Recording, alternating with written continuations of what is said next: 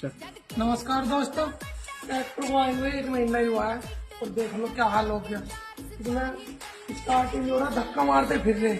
अब देख लो महिंद्रा क्वालिटी, अब धक्का 2 दिन हो गए, धक्का मारते धक्का मारते स्टार्ट कर गया।